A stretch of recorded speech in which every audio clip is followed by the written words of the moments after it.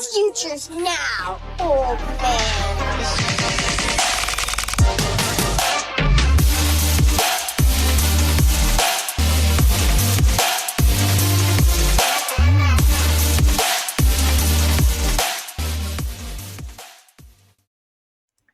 What to do, Catmandu? This is Future First Podcast, where we are helping you win today with the Future First mindset. I'm your co-host Jmac here with my co-host Jose. How's it going today, buddy? I'm great, man. How you doing, Jmac? Oh man, good as usual. I'm feeling fresh.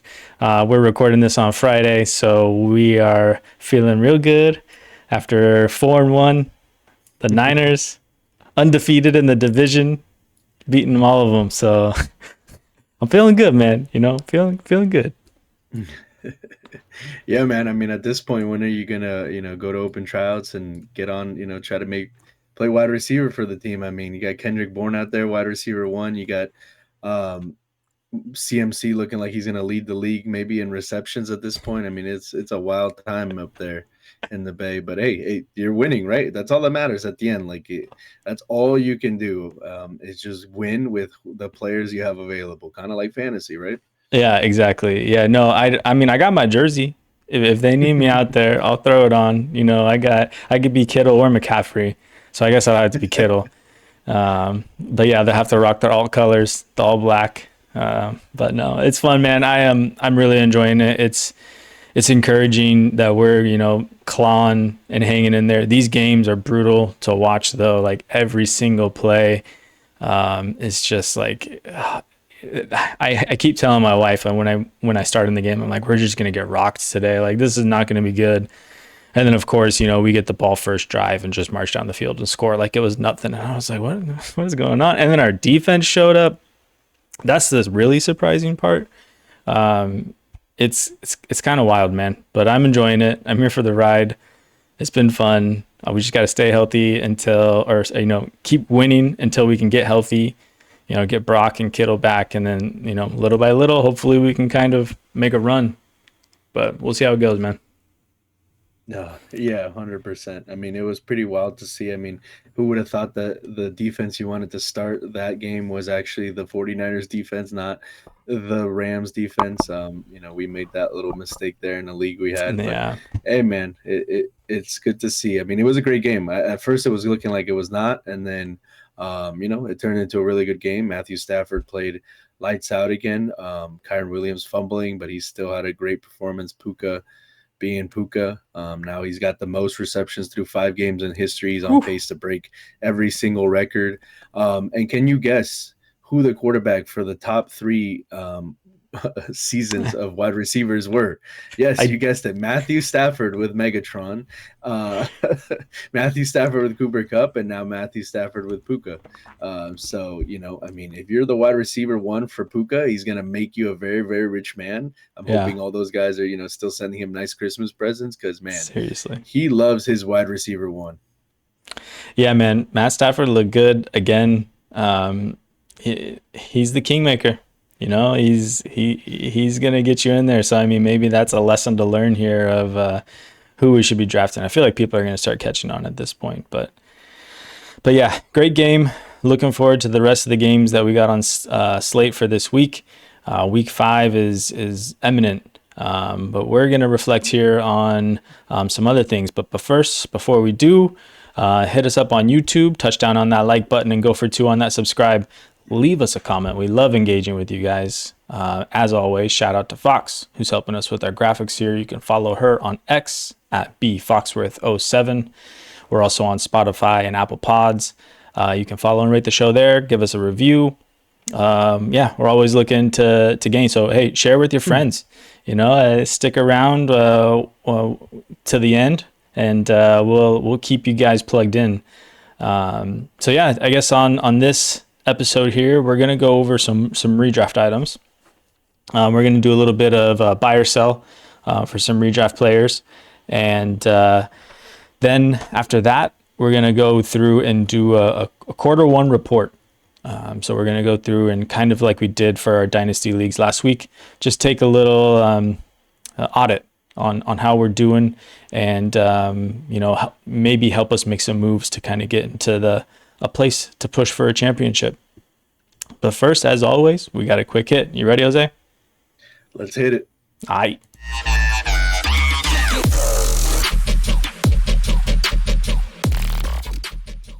All right. For tonight's quick hit, we're going to look at some stats here and kind of keep you guys plugged in on, what I like to look at when I'm evaluating talent and situations, through the early parts of the year. So that way I can keep my pulse on players that I want or should be trading for, or maybe should not be trading away. And this week, we're going to be looking at the running back efficiencies from the weeks 1 through 4.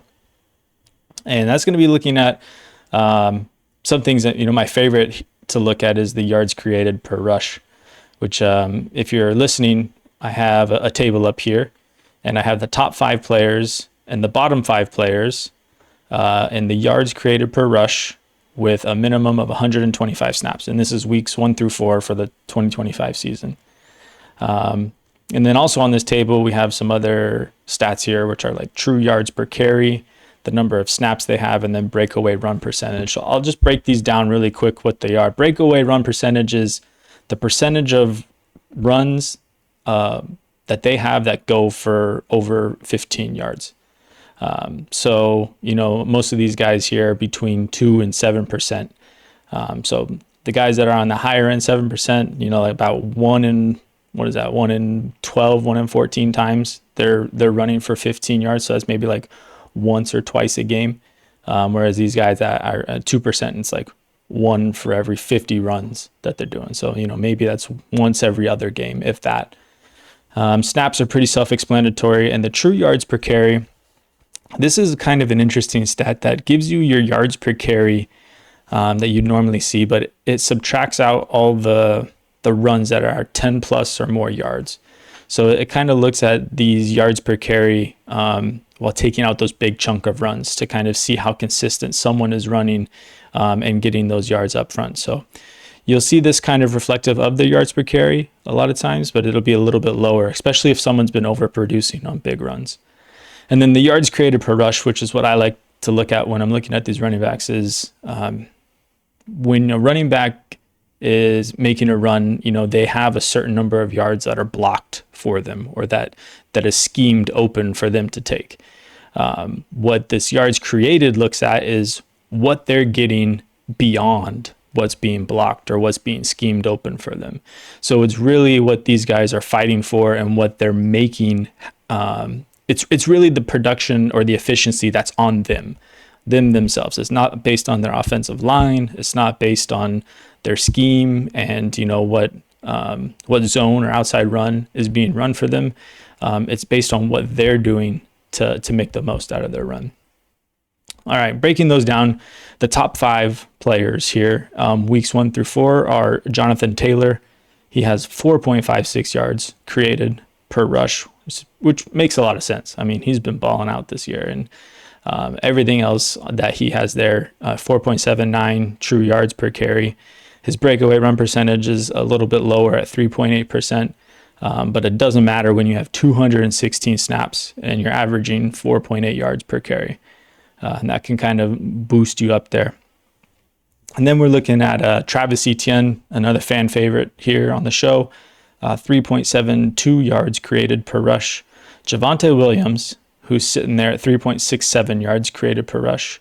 Ashton Genty at 3.54. Devon Achane at 3.42. Those are your top 5.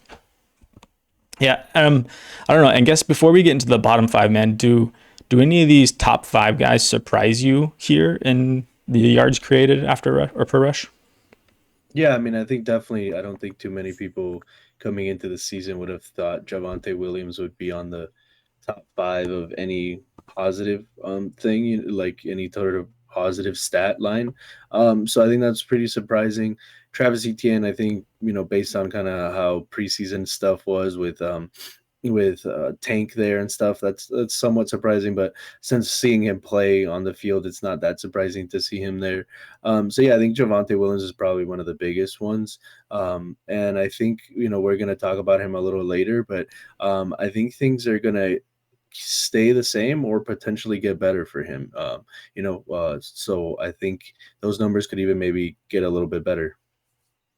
Yeah, for me, like Javonte Williams was a big standout, but just because when I've been watching him, he hasn't looked overly impressive. But when you look at the stats and like the game script for what the Cowboys can do, like he's getting the job done. And the 3.67 yards created per rush, I think that does make sense to me, just because he fights for that extra yardage. He's always grinding out 1 or 2 yards after being wrapped up. I feel like he's really good at that. That's just kind of his play style. He's also got 207 snaps on the year, so he's in there a lot, compared to Travis Etienne, who's only got 161. So that's quite a lot less involvement for Etienne. Yeah, and then I guess I don't know, Ashton Genty being up there is kind of surprising, but maybe not. I mean, that yards created per rush is just it. Just because you're getting 3.5 yards per carry, that doesn't mean that that's net gain yards. Like he could be getting hit 4 yards in the backfield and still getting 0 yards rush, which is happening a lot of the times for him. And then Achane makes sense with a 6% breakaway run percentage and a 3.42. He's got a good number of snaps. So let's move into these bottom 5 guys, which I think is a little more interesting. We have in last place Ramondre Stevenson with 1.42 yards created per rush. And then just above him, 24th overall, there's only 25 players that make this list, is Jahmyr Gibbs with 1.64 yards created per rush. And then above that, Chase Brown, 1.79. Bucky Irving above that at 1.89. And Jordan Mason tied with Bucky Irving at 1.89. So I think Jahmyr Gibbs is kind of the standout one here. And I was trying to kind of analyze this and make sense of it. And to me, I think it just means that the scheme and what he's doing is he's doing what he needs to do and what the scheme is getting him. And it's just not exceeding that. Obviously, he's still really great. And as you can see, he has pretty bad snaps too, only 161 snaps because he's splitting time with Montgomery there. But he has a really high breakaway percentage too, which makes sense. I think if he can get in the open, he's making the big play. But that doesn't necessarily count as yards created per rush. If there's a screen play that's open for him, and he's making a breakaway run off that, then that's not being accounted for in the yards created per rush here. But yeah, I think a few of these other guys here, the Chase Brown is obviously, troubling from what we've seen from him so far. Ramondre Stevenson also. But what do you make of the Bucky Irving and Jordan Mason ones?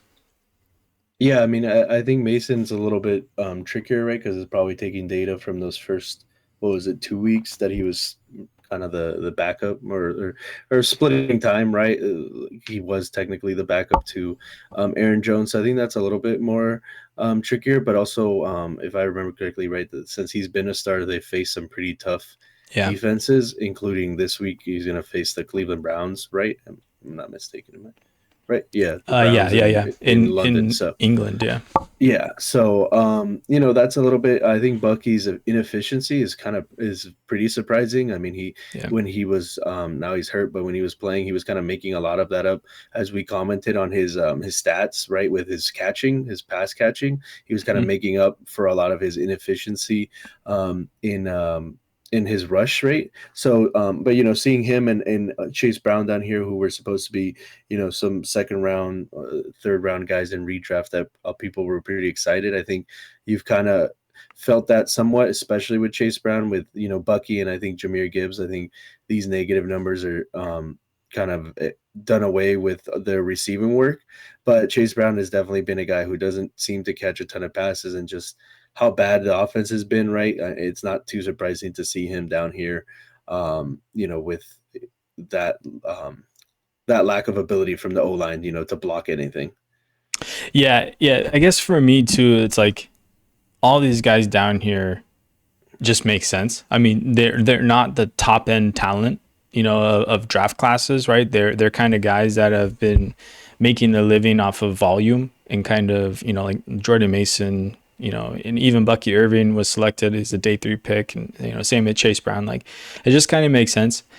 I will note though, Bucky Irving topped this list last year in 2024. He was one of the guys that was at the top with like 4 yards created per rush. So it could just be a small sample size. And he hasn't really found his groove, and he may not find it now, depending on how many games he's going to be out. Sounds like it'll be a couple weeks at least till he can get back on the field. But yeah, the Chase Brown one is interesting. That the offensive line isn't getting any better, and he's not doing anything to help his situation himself, efficiency wise. So we talked about this on the Foot Clan for Foot Clan. He's got a favorable schedule coming up, but is that going to matter? That's going to be a tough one to answer. Yeah, I mean, I think for those, that might be listening podcast and not watching the video, Chase Brown has literally no breakaway run percentage. 0, yeah. I mean, that means he hasn't broken one of those runs, which, I mean, just tells you, if we were worried for Genty because of his O-line, I mean, I think Chase Brown is running behind the worst O-line probably. I don't know if ever is a thing you could say, because I don't have that sort of data on like battle lines, but at least in the NFL, he definitely seems like one of the worst O lines to be behind. So it's definitely not too surprising to see him down here. But yeah, just for those that might be listening instead of viewing. Yeah, that's a big old 0. Just no stat there. He also has a very low true yards per carry, which again shouldn't be surprising. That offense has been anything but efficient, ground or otherwise. Some other names that aren't on here that I thought were interesting. Christian McCaffrey was pretty low on this too, which I don't know. It kind of makes sense. Like, he hasn't been super explosive this year. He's just been kind of getting it done for what the offense needs from him, but he hasn't been able to break away for these big runs. It's all been very inside zone stuff, and I've just noticed that as a fan watching the games. I'm tuned into that quite a bit. But yeah, I don't know. Any more you want to say here, or should we jump into the redraft buy sell here? No, I think we're ready to go. We hit that pretty well. Let's hit the buy sell. Let's do it.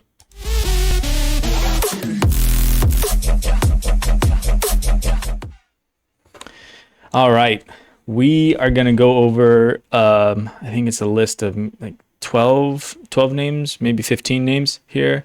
And what I did was I went on Fantasy Calc and I went to some of the most trending names who are involved in trades on Fantasy Calc within the last, recent time. I don't think they gave me a time. And this is all for redraft. So one by one here, top to bottom, we'll go through a couple of names, and we're going to start off with Ja'Marr Chase. Jose, are you buying or selling Ja'Marr Chase in redraft? Oh, I'm selling.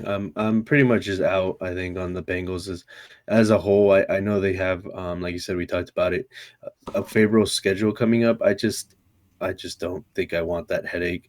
Ja'Marr Chase, the biggest thing about being a seller of Ja'Marr Chase is that everybody kind of feels that way. So you're kind of stuck with, are you going to just take a worse, you're going to have a bad taste in your mouth is pretty much the way it's going to come.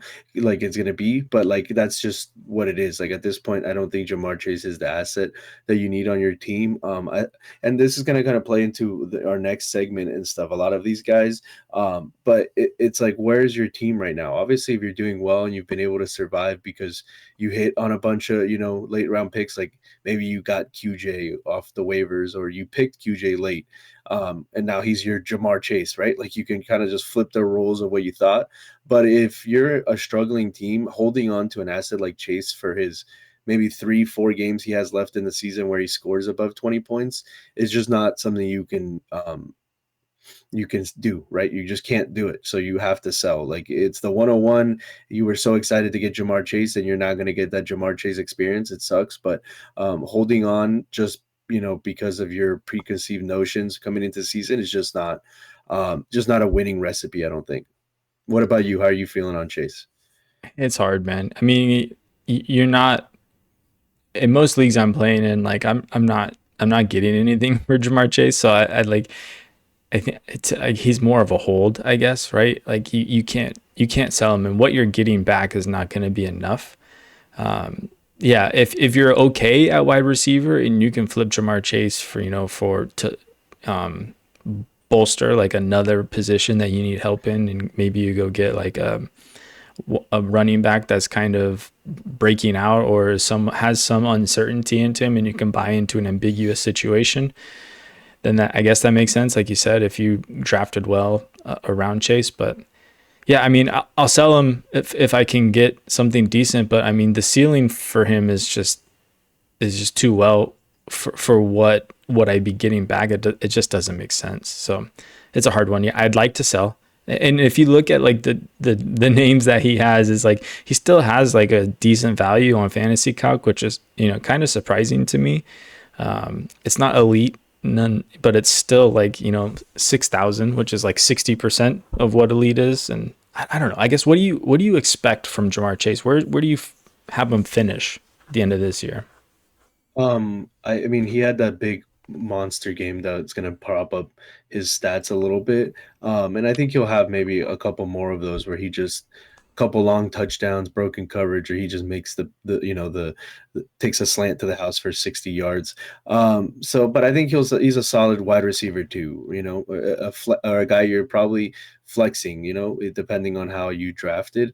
The biggest thing for Chase is that I think as an owner, if you have him looking to sell, is you really hope that one of those big games happens soon, so that Hmm. it kind of masquerades, and you could just be like, no, see, Chase can still be Chase, and that would be the perfect kind of cover to sell him. Because yeah, like you said, it's pretty depreciated. But Keenan Allen plus something on a running back too. Like if I split Chase into a couple assets that are probably going to hit my lineup more often and together outscore him, I'd probably that'd be the type of move I'm looking to do. But yeah, it's definitely a really difficult market to be selling right now in. Yeah, it's almost as if you can treat him as like a season-ending injury, right? I mean, because he's at the point where he's not hitting your lineup, I don't think, or at least not confidently.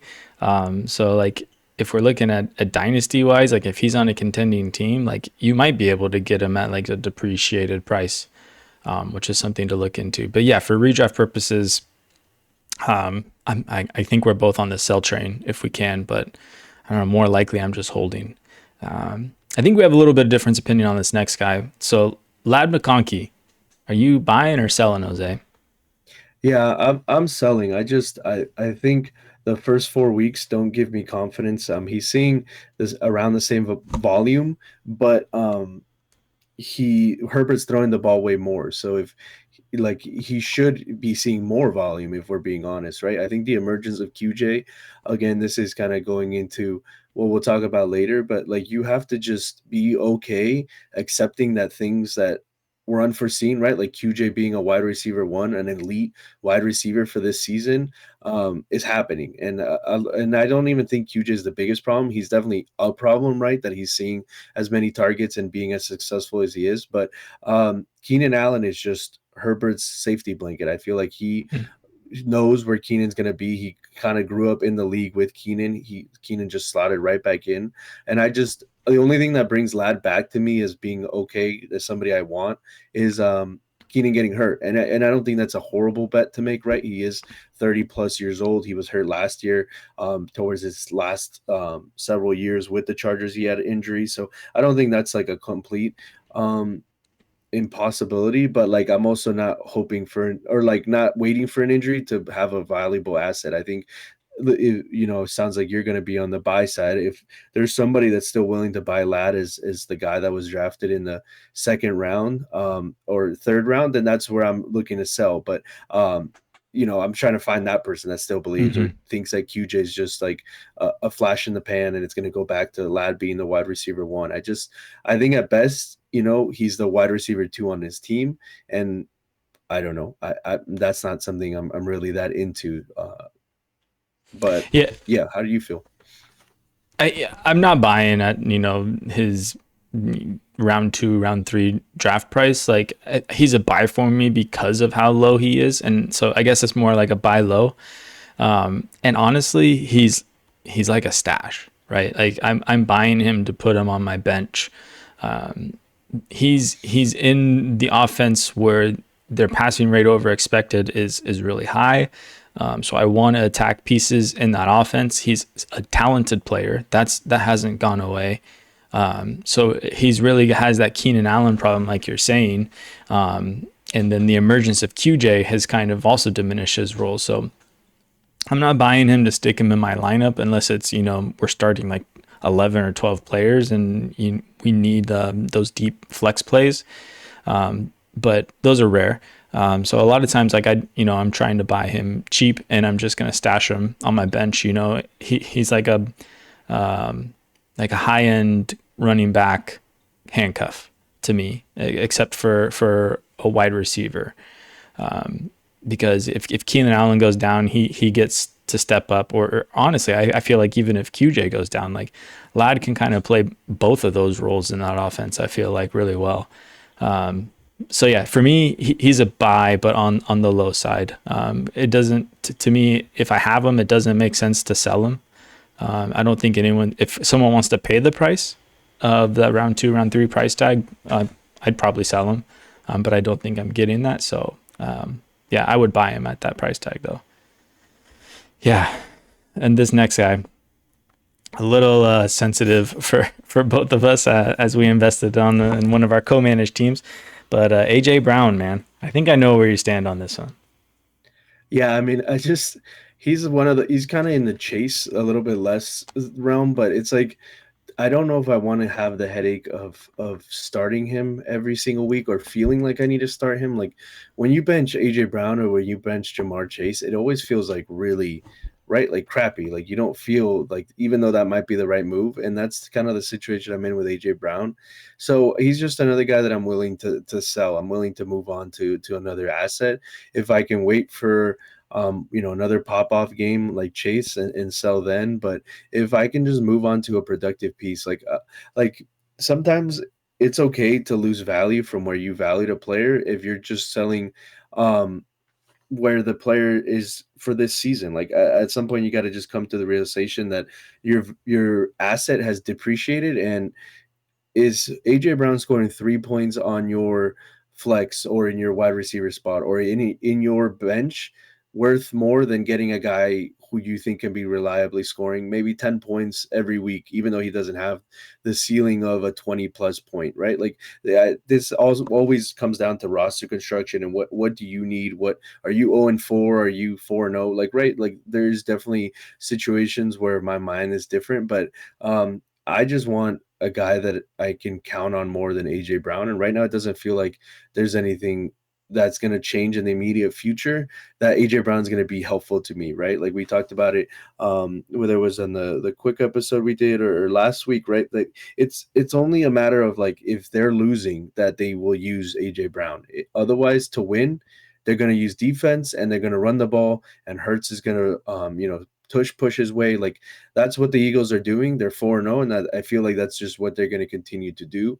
There's no reason for them to change. So to me, it's just like I don't want to lose massive value on players, but I also don't want to keep starting turds on my team. Like that's how I play and how I feel. And I'm ready to ship guys off. And if like AJ Brown magically turns his, season around, then that's fine. Like I'll be okay, having been wrong and not waited. But also on some of the teams like that team we're talking about, we're in a pretty dicey situation where we're getting to the point where, are we going to make the playoffs? Like we need an asset, right? Like we're probably going to continue.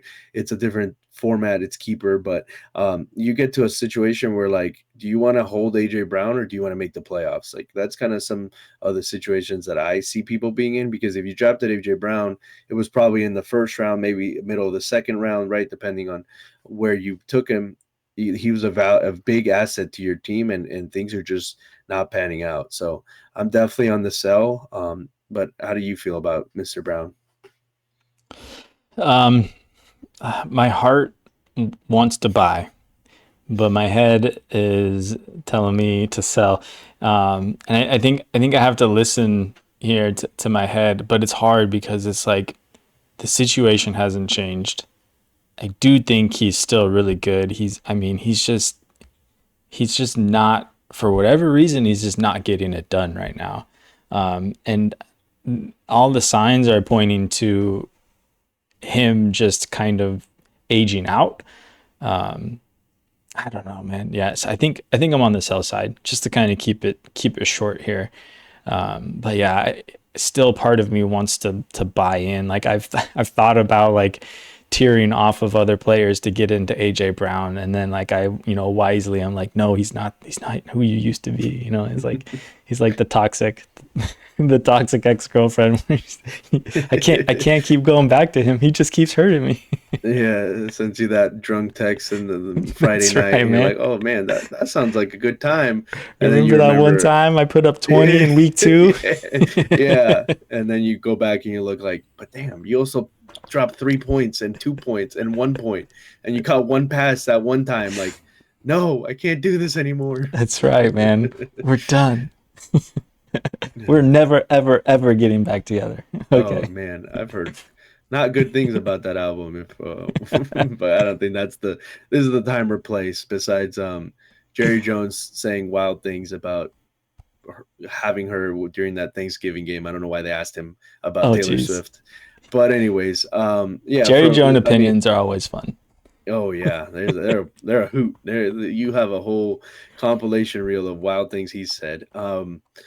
But yeah, man, I mean, like if we're done with AJ Brown, I think Yeah, moving on let's to move on. another Brown, right? Yeah. Chase Brown. How are you feeling here, man? Buy or sell?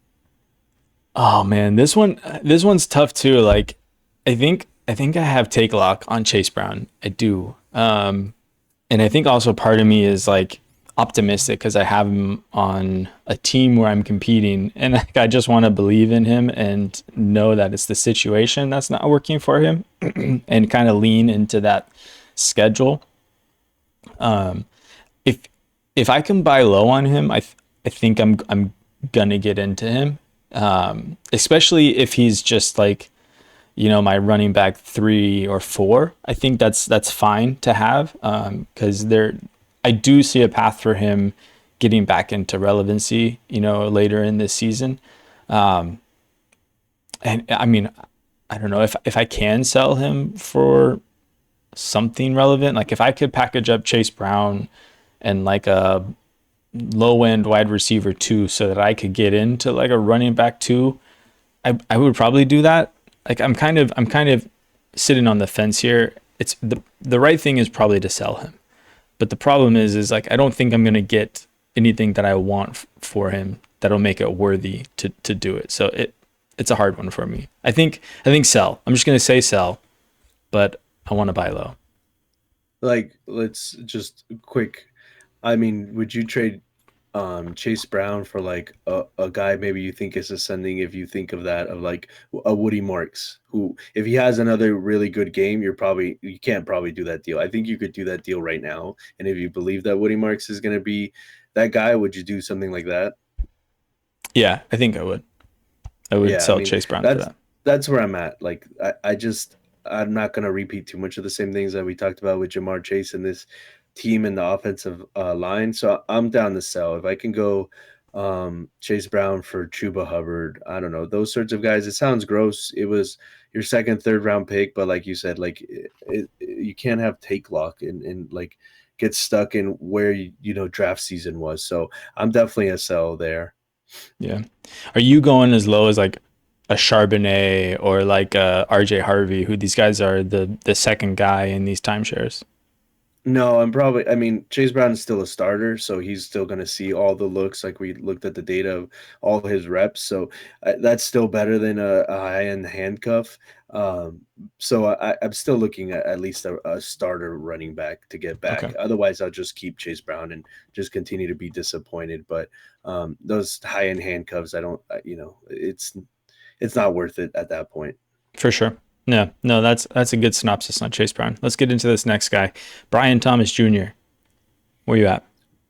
Yeah, I mean, I promise you guys, like, I think it's just the way they ended up ordered, but sell again. Like, I'll be buying some of these guys, but I don't know, man. It's maybe I've gotten too much in my mind, reading some things here and there, but like, he just doesn't like look. He's kind of like Marvin Harrison before he caught that touchdown the other day, where he Mm. just like looks like depressed, like he maybe doesn't want to be there. He looks, is he injured? Like what is happening there, right? Like with his coach and Trevor Lawrence and the whole thing. I don't know what happened, man. It was electric. I mean, maybe Mac Jones is just a better quarterback. I mean, we saw what he just did for Mr. Bourne, but I don't know, man. I'm selling. This is one of the ones where I'm less committed on selling because I had Brian Thomas Jr. last season and I know how good it can be.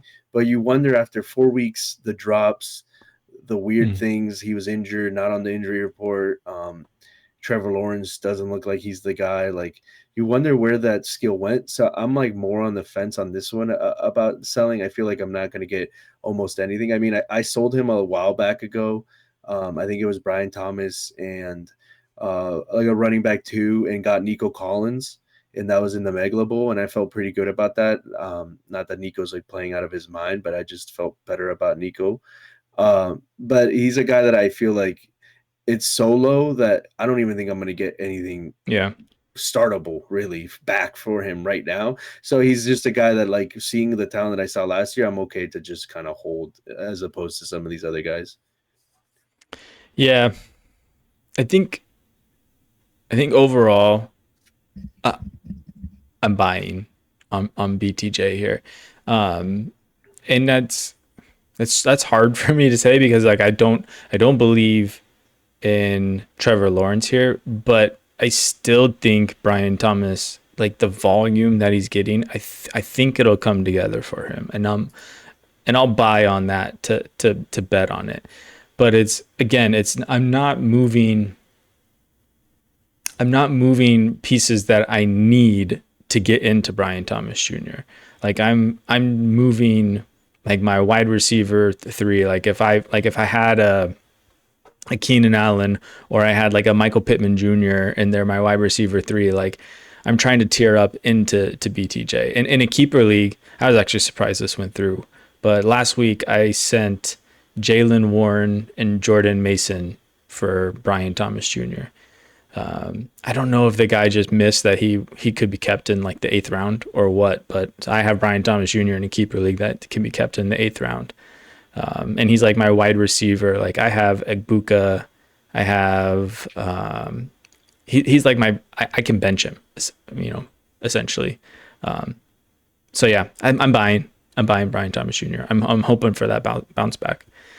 Speaking of Jordan Mason, let's get on to him, man. Jordan Mason, what are you doing with him? Are you buying or selling? Yeah, I think I'm buying. I think it's going to be a little bit low, and actually, I'm probably waiting until after this weekend, where everybody's going to be like Aaron Jones is another week closer, and he's probably going to struggle quite a lot, like most people have. Like we talked about playing the Broncos.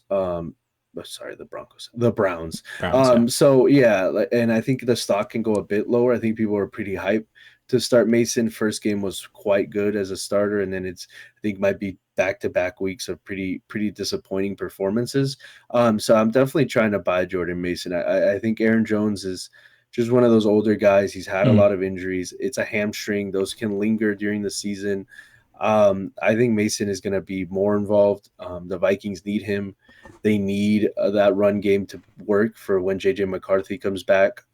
So I'm buying. I'm definitely, I think, waiting after this week unless I need something right now. But because I think the stock will go a bit lower and people will be like, this guy was just like the backup. It wasn't what we thought, like that sort of deal. But I'm definitely trying to buy into the Mason army. I'm enlisting up and trying to get him on my teams wherever I can. No, that's the wrong one. Here we go. There he is.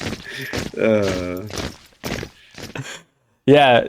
Um, I hate this one because I like Jordan Mason, but I think I'm selling. And that's just because of what I can get back for him. And also when I look at his schedule going forward, he's got like the Vikings have a pretty tough run. They're going against some tough run defenses. And for that reason, I want to sell him. And also just the threat of Aaron Jones. You're probably right. He's probably dust. He's not coming back, or at least not anything significantly. And I mean, even when he was here, it was still Jordan Mason's backfield for the most part. You know, he was getting all the rushing share. But I do like that the um, the perception of him and what he brings to a team. Like I was able to package him up with Jalen Warren to a running back needy team and get into Brian Thomas Jr. Like I don't know, I might regret that, but like that seems like something that is too good to pass up, at least for upside. So yeah, overall, I think I'm selling, but I think he's probably worth a hold. This next guy though, hey, we agree on this next guy, Jalen Waddle, man. Give me a reason why you're buying him. Yeah, I mean, I'm buying just, I mean, the Tyreek news, right? Waddle's now the wide receiver one. We've seen the talent, right? Waddle was somebody we talked during the offseason that we were, or at least I was decently into, thinking that he could kind of have a more bounce back year. His whole thing with buying Waddle is like, you just got to be prepared for the ride of like every other games or every other play. Maybe he's in the blue tent, he's hurt, you're going to get the sleeper notification. He's probably not going to practice a lot during the week. But I mean, they need it. And I think I'm not a huge McDaniel, like the coach is Mm. like a fan of the coach they have there. I think he kind of got gassed up and he's kind of like a funny, quirky vapes during press conferences, like dude, but he doesn't seem like a great coach. But I think he's probably coaching for his job right now. And Waddle is his best weapon outside of Achan, right? So, I just think he'll have to be used more while the coach tries to save his job, and I think that can be a good time to buy. I think Jalen Waddle was probably a guy you hoped you had on your team before because I think the bump in price now that Tyreek, right? Everybody I think maybe is probably thinking that. I don't think what I just said is like some sort of Right. Revelation. groundbreaking Yeah. revelation for anybody. But some of the other guys in this list, like if you have a Jamar Chase, um, and you want to tear down to Waddle and get something on top, I definitely think you could get a nice Mm, piece on top. And savvy. Waddle and Jamar Chase, is that like for the rest of the season in terms of point scoring, is it going to be that huge of a gap? I really don't think so. I mean, it's going to be maybe still on the Jamar Chase side, maybe, but if not, then you can pick up an extra running back two or a tight end, or that's one of those where you can kind of get sneaky with it and upgrade, some other position and tear down from Chase to Waddle. So yeah, man, that's kind of how I'm feeling. That why I'm kind of in on Waddle. Yeah, Waddle would definitely be a little more consistent over Chase. You know, I think Chase will be a little bumpier with the boom bust weeks. But yeah, I like all the reasons that you said. I'm in on Waddle too. I think he's also a great buy in Dynasty. To does Tyreek come back? Is he there next year? Is Jalen Waddle gonna emerge? And on that same reason, I think Malik Washington is also a good buy. Okay, I want to get into this next guy because this is something that we agree on. And after this, I think we'll blitz the rest of them. But tell me what you think about Emeka Egbuka.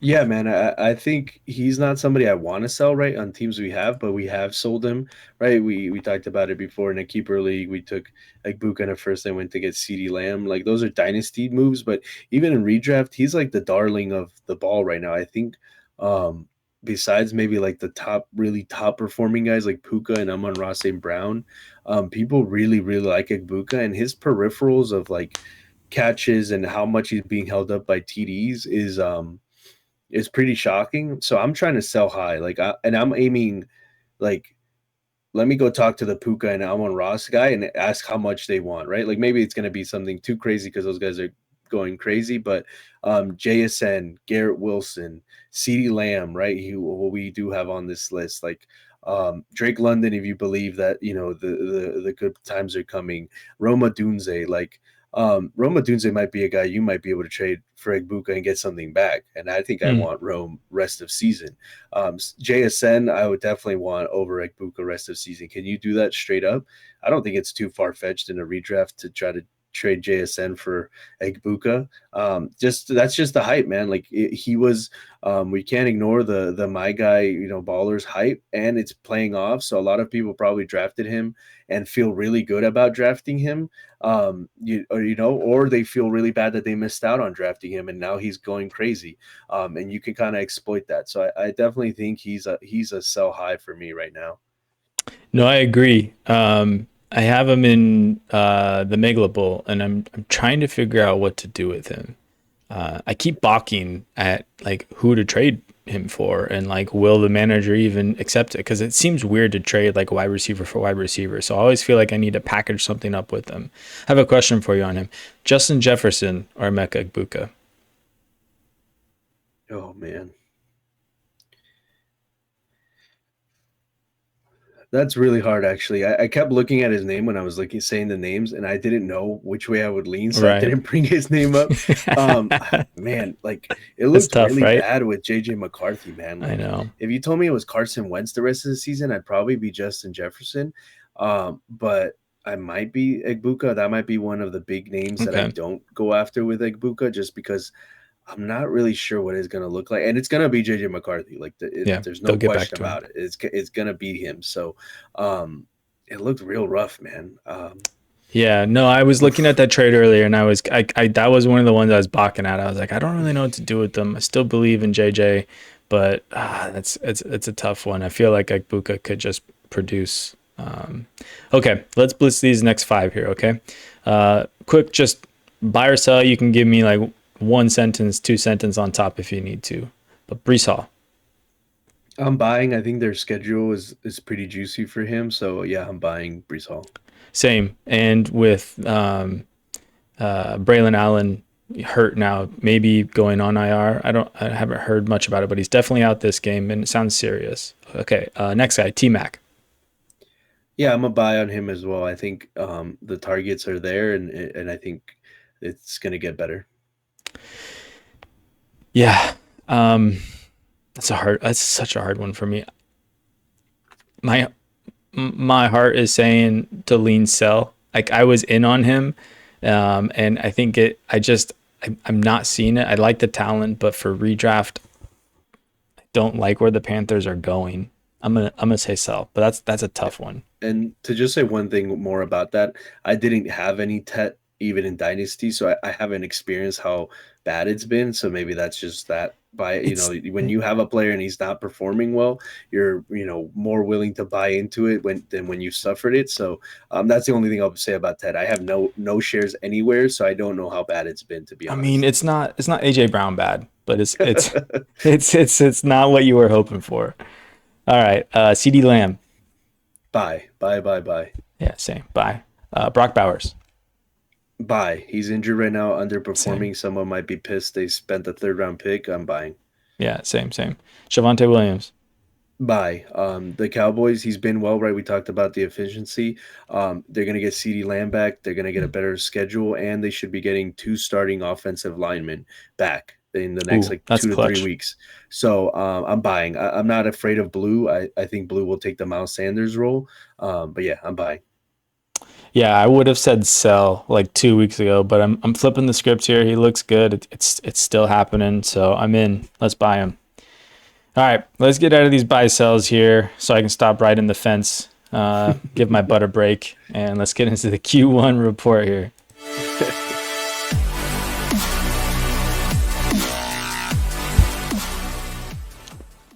All right, Q1 report.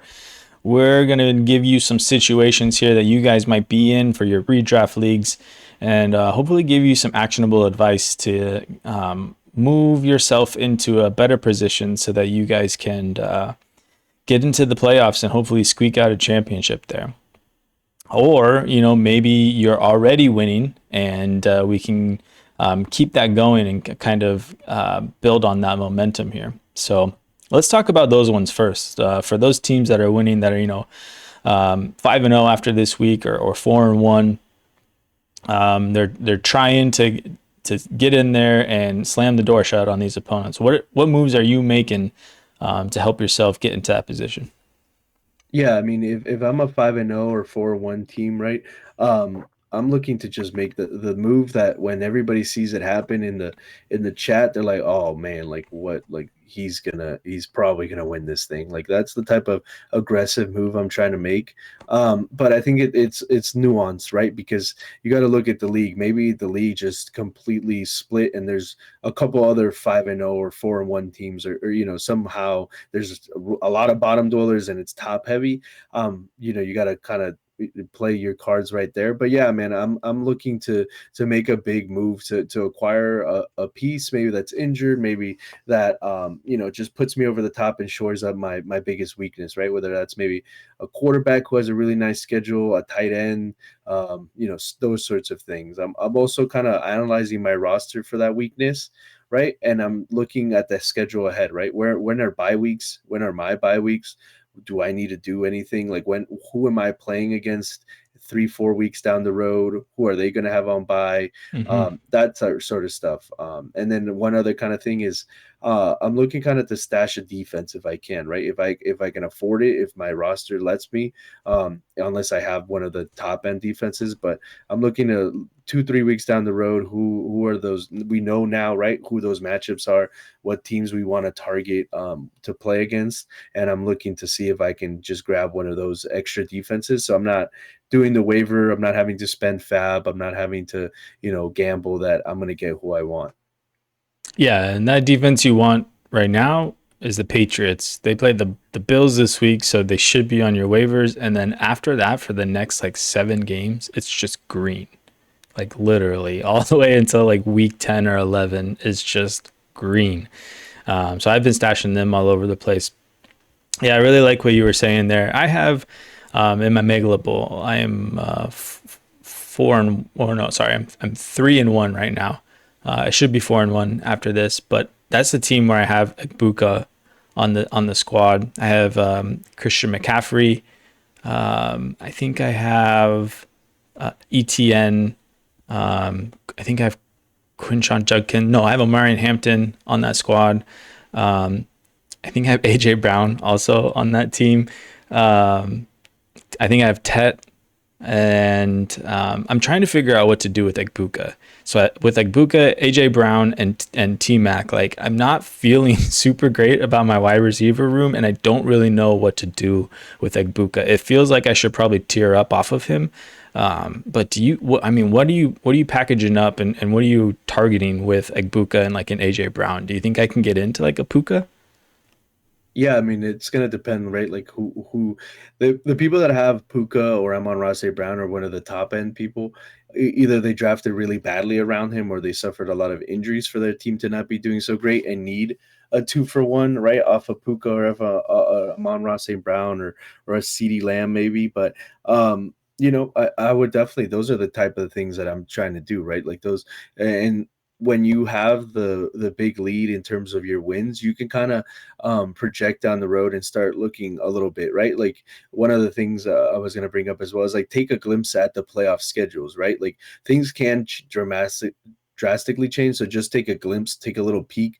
Don't like start setting your lineup for week 15, 16, 17 yet, but start looking if maybe that helps you decide who you want to trade for. Maybe CeeDee Lamb's, playoff schedule, I think it's pretty rough. The Cowboys who they play, Yeah, if I it is. remember. But maybe Amon-Ra St. Brown's is much better. So maybe you're willing to go after him. I don't know that for sure. So like I'm not saying that's the case, but those are the type of things that when you have a lead, because if you have a win-loss lead, you can kind of use that to bully your league, right? Like if you make a couple of trades that weaken you a little bit right now, and maybe you lose a game here or there, you can afford that compared to a team that's 1-4 or 2-3, right? Like you can kind of do that for the long haul, right? That's kind of the whole point of slamming the door shut is you don't have to be the team that's desperate for a win right now, like Yeah. making trades and doing things for right now. You can be the team that affords themselves that little bit of cushion to look down the road, right? Look what's coming. What can I do to not be my strongest right now, but be the strongest when it matters most at the playoffs, right? Which a lot of teams can't, right? Other teams in the league that aren't at that situation are just like looking right now this week. What defense am I playing this week? Can I play Michael Carter this week? Those sorts of things, right? You probably, if you're that well off, 5-0, 4-1, you're not doing those type of things, right? Yeah. So yeah. Yeah, I'm looking forward. Like I'm looking at my matchup with the other team who's ahead of me, who's 5-0, and week 8. The Jags have a bye that week. I have ETN. He has Brian Thomas Jr. And I was already looking at like, how can I trade this guy ETN? He had Brees Hall on his team, and so I'm thinking like, can I package up ETN and somebody else and get into Brees Hall, so that it puts me in a position where he has 2 guys on bye for that week, and I'm taking a starter off his squad that he can't start. So I'm looking at trying to do moves like that, which I think is always pretty savvy. But yeah, I am always looking at the playoff schedule and the schedules for the rest of the year too, trying to get into those guys. Okay, cool. I think we hammered that down. Unless you had any more you wanted to say on these winning teams here. No, and I mean, maybe this is overspoken, but that's diabolical. And like when the guy notices, if you can do that, like I did a trade like that last year where it was a 1-for-1, and like the 2 weeks later we played each other, and the guy that I traded him was on bye, and the chat, like he was like, wow, like you did me. It's also a little bit psychological, not that that matters, but it's a Yeah. big savvy, big brain move to do things like that. So yeah, those are the things that managers that are in your position can worry about and think Yeah, about. absolutely. Okay, yeah. So let's talk about these other teams here. Maybe you're 3-2 or 2-3. You're kind of on the fence here. Where are you trying to do, or what are you trying to do there to kind of get your team back into that win column? Yeah, I mean, if you haven't already, it's time to get active, right? It's time to get to know your league mates. If this is some like random money league, hopefully it's a league where you know the people already. And it's time to really scour. If it's a league that you want to continue to be competitive in, scour everybody's team and really start looking at where you can make some trade partners.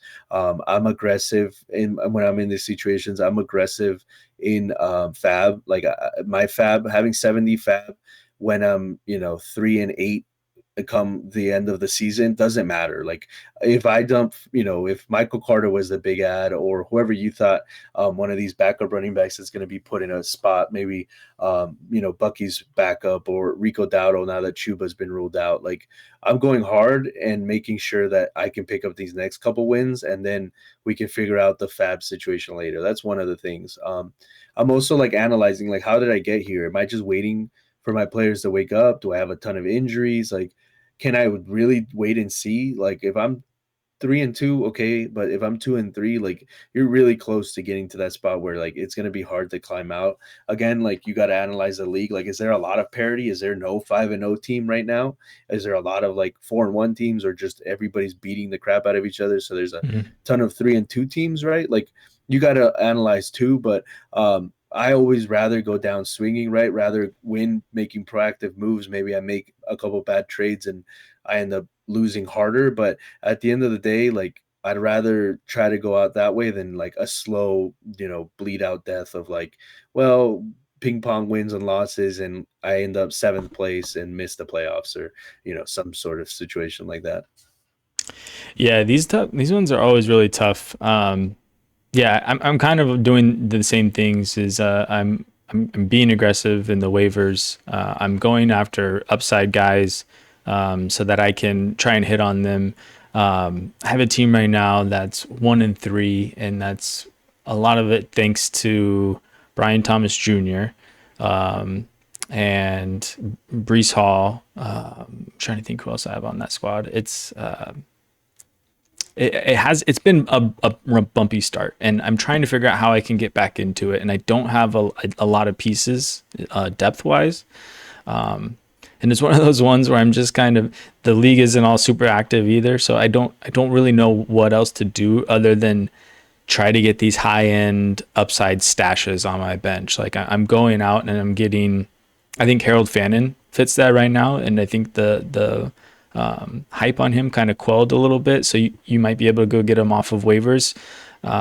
With Cedric Tillman going out, and you have a rookie quarterback in there now, maybe he looks to Cedric Tillman as Harold Fannin as a safety blanket, and Harold Fannin just PPRs his way into relevancy. And then running back twos. Like I'm just trying to stash all the handcuffs, and I'm not wishing for an injury, but I'm hoping for chaos to bounce in my favor here, where I can cash in on one of those scratcher tickets. But yeah, I think the one in like if you're 1-3 or 1-4, like is there anything you're doing different? Are you turning it in, or how are you kind of approaching those teams? Yeah, I mean those are a bit harder because there's probably a lot more things that went wrong. Probably maybe your injuries have stacked up on you, Yeah. or the underperformers and the injuries, which then means you don't have a ton of capital in these redraft leagues to go and do anything about it. I'm not phoning anything in, but I mean you also got to be a bit realistic. I mean that is one of the upsides of playing a lot of leagues is like then other leagues become priority, right? Your main league, I mean, my main league is always the one I'm doing best in, right? That's the one I care the most about. Like, sure, there's home leagues that you always want to do well, family leagues, but like at the end of the day, I want fantasy football to be fun. So I'm going to focus more energy on the ones that I'm doing well. I don't abandon teams and like stop setting lineups, but like at the same time, like if it's one of those leagues, not a lot of activity, there's not even people giving you a lot of chances. Like, sure, I'm still making waiver bids and I'm setting lineups, but at the same time, it's like what like unless you're waiting for a couple big injuries to come back and then you think you could turn it around and make a late run, it's kind of one of those things that like you can only do so much. Yeah. I did want to mention for like the 3-2 and 2-3 teams, like burn any notions you had of the draft and preseason, like right, like QJ is a bona fide wide receiver one, like that I don't know how many people were thinking that, probably not many or if any at all, right? Like Jamar Chase is a wide receiver two flex option. Like there's things that have changed in season, so you're gonna have to change your perspective, and then also it's great to see a bunch of like start sit options on your bench. But if you don't have that elite talent, you need to consolidate and like worry about depth later. Like if you need to make your starting lineup as good as you can right now, and worry about the depth later if you're in one of these like middle of the road teams. Because having a bunch of running back twos and wide receiver twos when you don't have any elite pieces, it's just you're destined to continue to be in the middle. But yeah, man, I don't know. I don't check out from leagues, but it's definitely hard to stay plugged in, right? When your team starts with one win or no wins, right? Like how do you handle that? Yeah. If I'm like 0-4 right now, or 1-3 go, or at the end of week 5 I'm 0-5 or 1-4, like those leagues is where I start taking like really big swings. Like I'm buying into Jamar Chase, and I'm Brian Thomas Jr. Like, what, I have nothing to lose at that point, and I'm just hoping that these guys' talents can shine through in some way that can maybe Browning gets benched and they bring some other quarterback in that can actually play, or maybe they trade for an offensive lineman, and the situation changes for Browning and he can actually support Jamar Chase as a wide receiver one. Or yeah, I'm kind of trying to like swing big, right, onto those guys that were drafted high because they're great, but they're in a situation now where people are not looking at them in the same light, like all those guys that you were selling earlier, pretty much. But I don't know. Maybe that's maybe we don't share that sentiment on something like that. What do you think about making big swings like that? Oh yeah, I mean at that point, I mean if things get really bad without like trying to tank the integrity of the league, I'm going out and trading for guys that I want to have on my team, right? The Mm, guys that at least I want to root for. So I think that would be perfect too. Like right, you Jamar Chase, like it's fun when he can do his thing. Any of these underperforming guys, I definitely don't mind that. I think it just also that then takes time, and I'm like sometimes I'm like yeah, but I could just be using my time to trade it on my 5-0 team and make, we'll go win yeah. a championship. But I don't have a problem with that. I think if you want to stay engaged with a league, especially maybe it's a league that's important in terms of who you're playing with, but your team just sucks. I think there's fun things you can do like that that aren't detrimental to the league. Like, you never want to be the turd No. that's dropping all his players or trading Michael Carter for, Ashton Genty or, some crazy stupid things, right? Like, obviously nothing like that. Not that you were saying that, but, always though, as a disclaimer, like, don't be a turd, man. Like, your For season sure. didn't go well. That sucks. But like, don't ruin it for the 11 other people you're playing with. Yeah, no, I'm not. You know what I hate?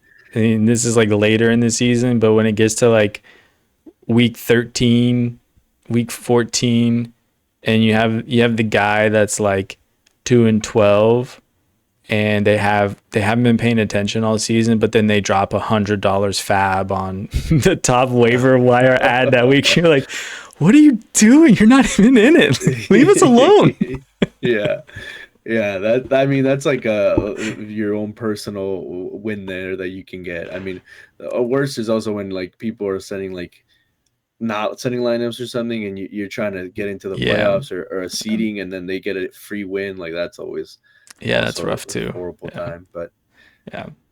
Either way, man, I think this was a good look at where we stand and on what we're trying to do on these teams.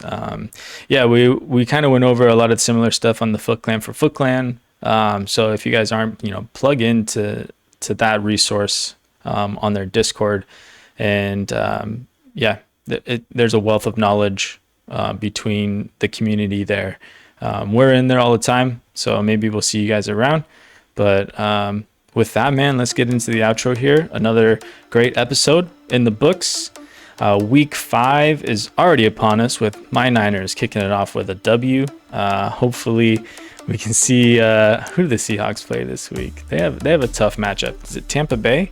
Yeah. yeah, I think Dude, so. that game, Tampa Bay is a plus 3.5 points. I mean, they're in Seattle, but I'm just like, I'm taking Tampa Bay in the points in that one. So I don't know. I hope they trounce on the Seahawks. Maybe it's just me wishing, but all right, man. Let's say bye to everybody here. And what do you got for us? Yeah, as always, man, as the kids would say, we got another banger. Like you were saying, shout out to Manderson over there at the Foot Clan, the Ballers Discord with his Foot Clan for Foot Clan events. But like, subscribe, comment, whatever you guys can do.